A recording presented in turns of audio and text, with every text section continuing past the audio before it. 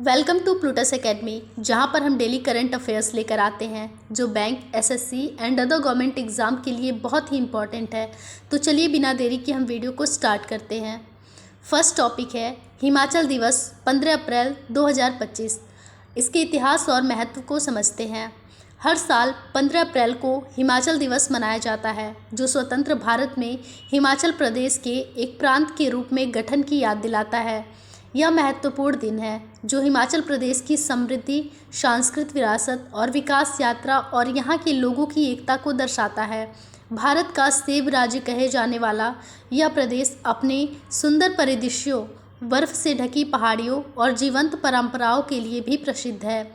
वर्ष 2025 में 78वां हिमाचल दिवस मनाया जा रहा है और यह दिन राज्य में सार्वजनिक अवकाश के रूप में मनाया जाता है। अब इसके ऐतिहासिक पृष्ठभूमि को समझते हैं। हिमाचल शब्द संस्कृत से लिया गया है, जिसका अर्थ है हिम, और आंचल का अर्थ होता है गोद, अर्थात हिमाचल की गोद। हिमाचल प्रदेश का गठन 15 अप्रैल 1948 को एक केंद्र शासित प्रदेश के रूप में किया गया था, जब मंडी, चंबा, महासू, सिरमौर और 26 अन्य रियासतों का विलय किया गया। पूर्ण राज्य का दर्जा हिमाचल प्रदेश को 25 जनवरी 1971 को मिला। यह भारत का 18वां राज्य बना। अब आपको बता दें कि बैंक एसएससी के लिए fresh batch Plutus academy Mukherjee Nagar में स्टार्ट हो रहे हैं, जिसकी डिटेल्स आपको प्लूटस एकेडमी की वेबसाइट पर मिल जाएगी। आपको विजिट करना है plutusacademy.com, जिसका लिंक इस वीडियो के डिस्क्रिप्शन बॉक्स में दिया हुआ है। अगर आप ऑनलाइन क्लासेस करना चाहते हैं तो प्लूटस एकेडमी ऑनलाइन क्लासेस भी प्रोवाइड करता है। अधिक जानकारी के लिए आप 8123002808 पर कांटेक्ट कर सकते हैं। अब टॉपिक पर आते हैं। सेकेंड टॉपिक है खेलो इंडिया यूथ गेम्स 2025। खेलो इंडिया यूथ गेम्स 2025 पहली बार बिहार में आयोजित होने जा रहे हैं, जो राज्य के लिए एक ऐतिहासिक उपलब्धि है। यह प्रतिष्ठित आयोजन 4 मई से 15 मई 2025 तक होगा। इसका उद्घाटन प्रधानमंत्री मोदी द्वारा पटना में किया जाएगा। यह कार्यक्रम न केवल राज्य में खेल संस्कृति को प्रोत्साहित करेगा, बल्कि बिहार के खेल बुनियादी ढांचे को मजबूती प्रदान करेगा और उभरते हुए खिलाड़ियों को एक राष्ट्रीय मंच उपलब्ध कराएगा।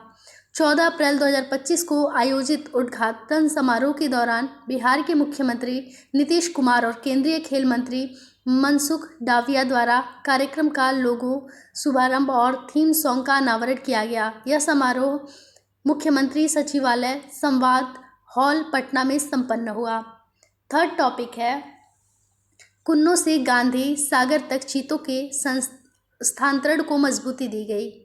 राष्ट्रीय बाघ संरक्षण प्राधिकरण द्वारा गठित चीतो परियोजना संचालन समिति में मध्य प्रदेश स्थित कुन्नू राष्ट्रीय उद्यान से गांधी सागर वन्यजीव अभ्यारण्य में कुछ चीतों के स्थानांतरण को मंजूरी दे दी गई। इस कदम का उद्देश्य चीतों के लिए एक जुड़े हुए परिदृश्य में मेटा पॉपुलेशन स्थापित कर दीर्घकालिक संरक्षण रणनीति को आगे बढ़ाना है। फोर्थ टॉपिक है भारत ने पेश की क्वांटम तकनीकी हेतु पहली अंतर्राष्ट्रीय रणनीति। भारत सरकार के प्रधान वैज्ञानिक सलाहकार के कार्यालय द्वारा 14 अप्रैल 2025 को अंतर्राष्ट्रीय क्वांटम प्रौद्योगिकी सहभागिता रणनीति के पहले संस्करण को जारी किया गया। यह महत्वपूर्ण कदम विश्व क्वांटम दिवस और संयुक्त राष्ट्र द्वारा घोषित अंतर्राष्ट्रीय क्वांटम विज्ञान एवं प्रौद्योगिकी वर्ष 2025 के उपलक्ष्य में उठाया गया है। यह रणनीति भारत की वैश्विक स्तर पर सहयोग को आगे बढ़ावा देना, नवाचार को प्रोत्साहित करने तथा राष्ट्रीय क्वांटम मिशन के साथ तालमेल बिठाकर क्वांटम विज्ञान, प्रौद्योगिकी और नवाचार के क्षेत्र में नेतृत्व स्थापित करने की दिशा में एक रोडमैप प्रस्तुत करती है। इसके उद्देश्य को समझते हैं। पहला, खोज और नवाचार को गति देना। दूसरा, महत्वपूर्ण क्षेत्र में क्वांटम तकनीकी को अपनाने को बढ़ावा देना।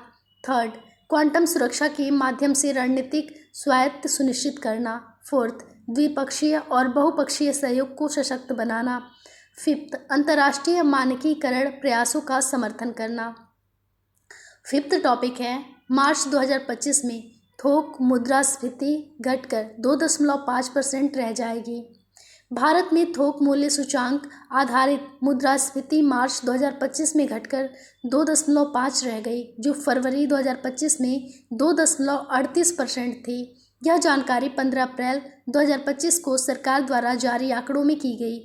मुद्रास्फीति में यह गिरावट मुख्य रूप से सब्जियों की कीमतों में तीव्र गिरावट के कारण हुई, जिससे सब्जियों में 15.88 की ऋणात्मक मुद्रास्फीति दर्ज की गई। हालांकि खाद्य वस्तुओं में कुल मिलाकर मुद्रास्फीति में कमी आई, लेकिन निर्मित उत्पादों की कीमतों में वृद्धि देखी गई। मार्च में निर्मित उत्पादों की मुद्रास्फीति 3.7% रही, जो फरवरी में 2.86% थी। इसके आर्थिक प्रभाव को भी जान लेते हैं। खाद्य मुद्रास्फीति में गिरावट से उपभोक्ताओं को राहत मिल सकती है, जबकि निर्मित उत्पादों और ईंधन बिजली की कीमतों में वृद्धि इन क्षेत्रों में दबाव का संकेत देती है। समग्र रूप से यह आंकड़े आर्थिक स्थिति की मिलीजुली तस्वीर पेश करते हैं और एक ओर खाद्य क्षेत्र में स्थिरता है, वहीं औद्योगिक क्षेत्र में चिंता बढ़ रही है। 6 टॉपिक है, श्रेयस अय्यर ने जीता आईसीसी प्लेयर ऑफ द मंच पुरस्कार। भारतीय मध्यक्रम बल्लेबाज श्रेयस अय्यर को मार्च 2025 के लिए ICC men's player of the month चुना गया। यह सम्मान उन्हें आईसीसी चैंपियन ट्रॉफी 2025 में उनके शानदार प्रदर्शन के लिए दिया गया, जिसमें उन्होंने भारत को खिताब जिताने में अहम भूमिका निभाई।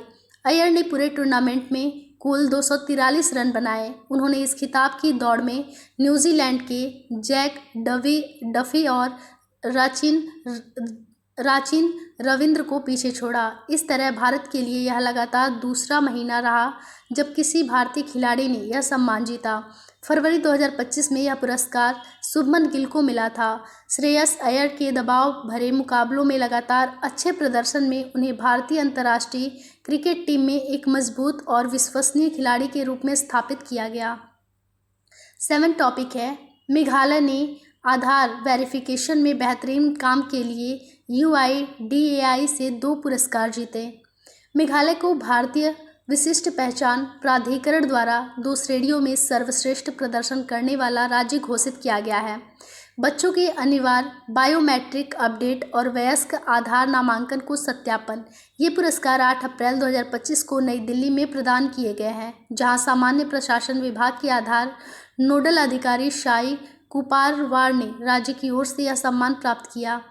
यह मान्यता आधार के प्रभावी क्रियान्वयन के प्रति मेघालय की प्रतिबद्धता को दर्शाती है, विशेष रूप से ऐसे समय में जब अवेकन इंडिया मूवमेंट जैसे कुछ विरोधी समूह कल्याणकारी योजनाओं का लाभ उठाने के लिए आधार लिंकिंग की अनिवार्यता पर सवाल उठा रहे हैं। 8वां टॉपिक है, मोहन बागान ने जीता ISL 2025 का खिताब। कोलकाता के विवेकानंद युवा भारतीय क्रीड़ांगन में 13 अप्रैल 2025 को मोहन बागान सुपर जायंट ने बेंगलुरु FC को 2-1 से हराकर इंडिया सुपर लीग 2025 का खिताब अपने नाम किया। यह जीत कई मायनों में ऐतिहासिक रही।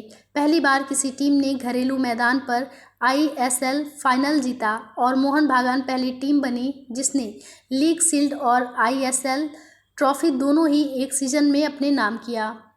9 टॉपिक है, विश्व कला दिवस 2025। इसके इतिहास और महत्व को समझते हैं। विश्व कला दिवस हर साल 15 अप्रैल को मनाया जाता है ताकि कला की सार्वभौमिक भाषा को सम्मान और पहचान दी जा सके।